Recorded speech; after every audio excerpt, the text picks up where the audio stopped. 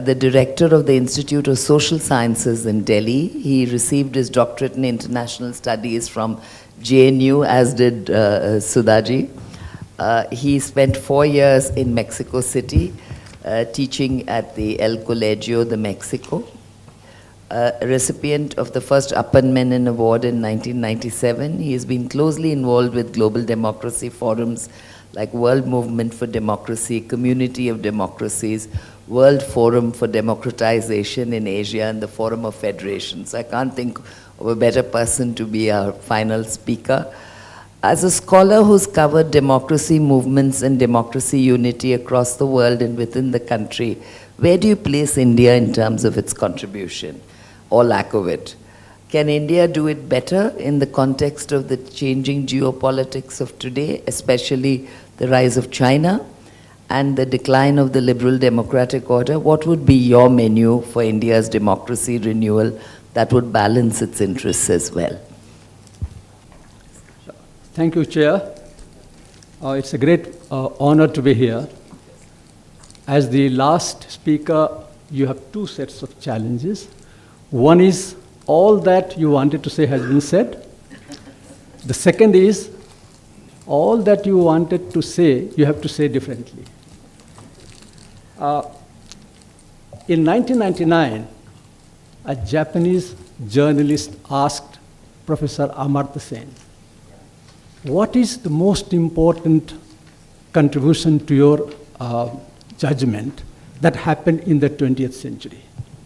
He says, democracy acquired universal value.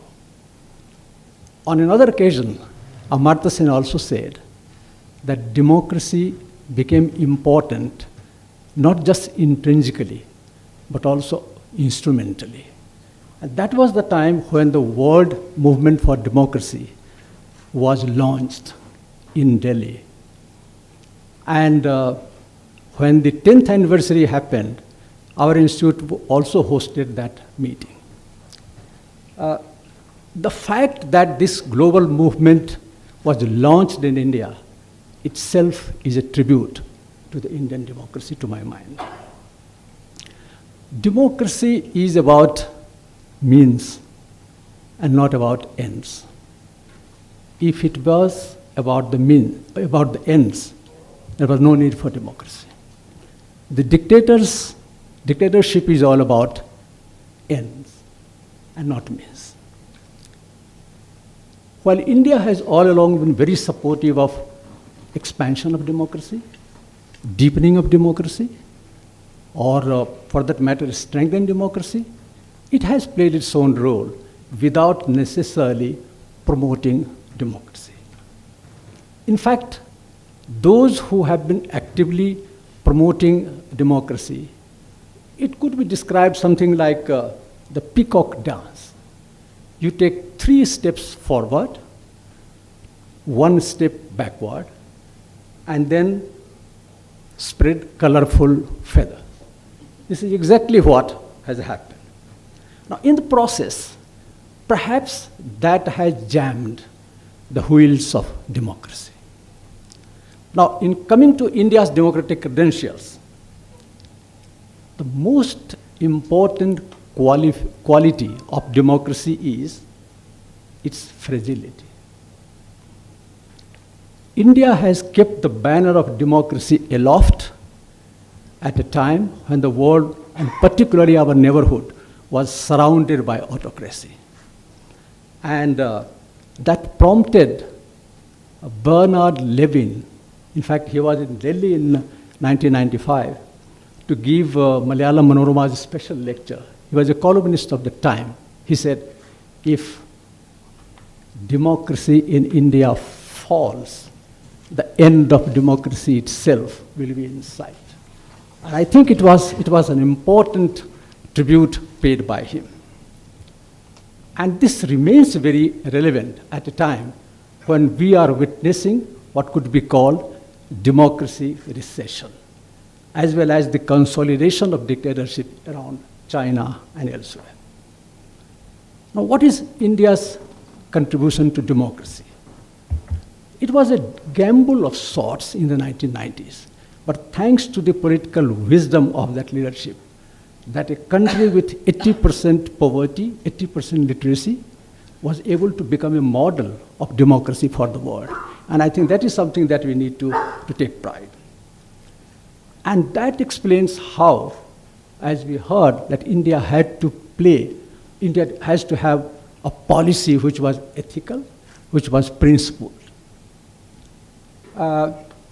Then, of course, UN peacekeeping, multilateralism, so these are the important contributions. And then, of course, we heard about UNDEF. We don't want to go into that for lack of time.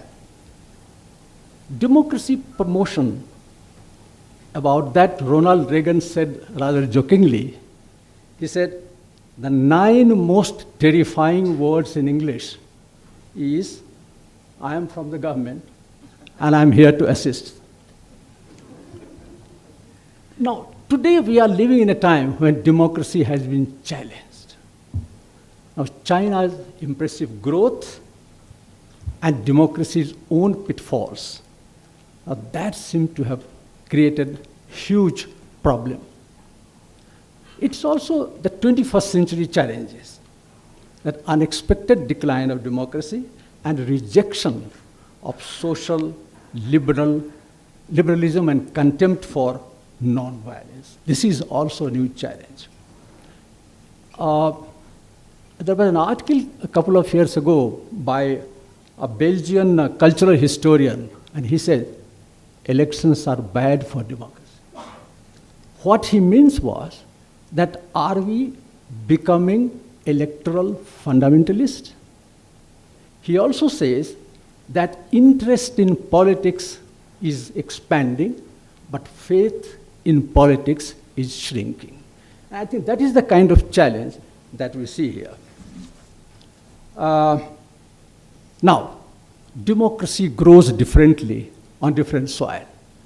Ronald Rich, who was the former CEO of UNDEF, he was at the institute, and he made a very interesting point. He says he was in Fiji, and he talked to the leaders. They say, sir, democracy is a lovely flower, but it doesn't grow in our land. We are very happy that they were wrong. Democracy has indeed prospered now in Fiji. See who all are talking about democracy today. In 2011, Hugo Chavez, the leader of Venezuela, said, every day the people will rule more. Wonderful statement, but who said it? In 2016, his successor Maduro said, people will be the ones who decide. Putin said, liberal democracy is dead. Erdogan said, there is no power higher than democracy. No wonder someone very rightly said, O liberty, what crimes are committed in thy name? And I think it was Madame Ronald said that. Now, India should therefore continue to lead by example. I think this point has been made, and I think we all believe that that is the right way. Particularly because we are living in a time where there is multi-alignment. There are areas and issues where we need to align for our own interest, as well as the interest of democracy with A or B powers, but there are also others with whom we have to engage, and I think that is the right way. Now, finally, I will come to the menu that Madam Chair has asked me to reflect on. See, let us first see what is the Indian model and how different it is from the East Asian model. The East Asian model was that a country first must become economically fit for democracy. The Indian model has been just opposite. We will become democratically fit for kind of, our economy. India has exemplified a model that democracy and development must go together. Now, this is important. Then, East Asian model is primarily Neo-Confucian, and it has its own limitations. So whether it is the Taiwanese democracy or South Korean democracy, it has still some issues. And Indian exceptionalism is no delusion, it is a reality. Let's accept it. What India therefore can do? Sharing its best practices. What are the best practices? To my mind, one of the most important best practice which is not being talked much about is women's empowerment in local government. Through constitutional amendment, we have not less than 1/3 of women in Panchayat, which has now become 50% in 20 out of 29 states. I think this is something we need to talk about. And I think people do talk. Whenever you tell someone, he says, we didn't know about it. So that is one that I think we should do. Indian federal model, which is again very important, I think. There is a lot that the world can know, particularly societies which are diverse ethnically, linguistically, and otherwise. Election Commission, we have heard the reference and all that. It has indeed become kind of something which people talk about. I remember I used to go to Yemen before Yemen became what it is.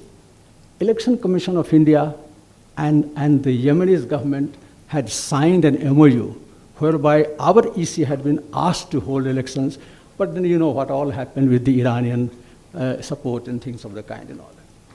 Then institutional innovations that India has done, RTI, public litigation, minorities commission.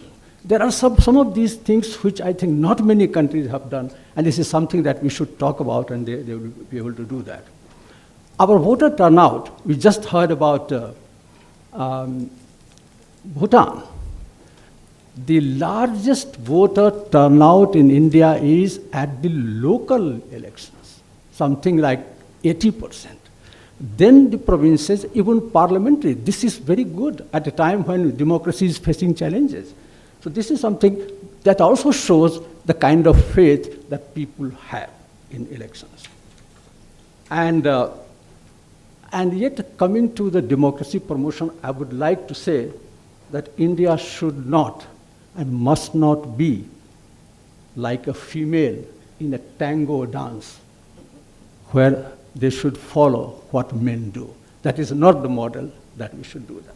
Now, yes, we know democracy is a difficult project. Democracy is like, search for democracy is like search for gold.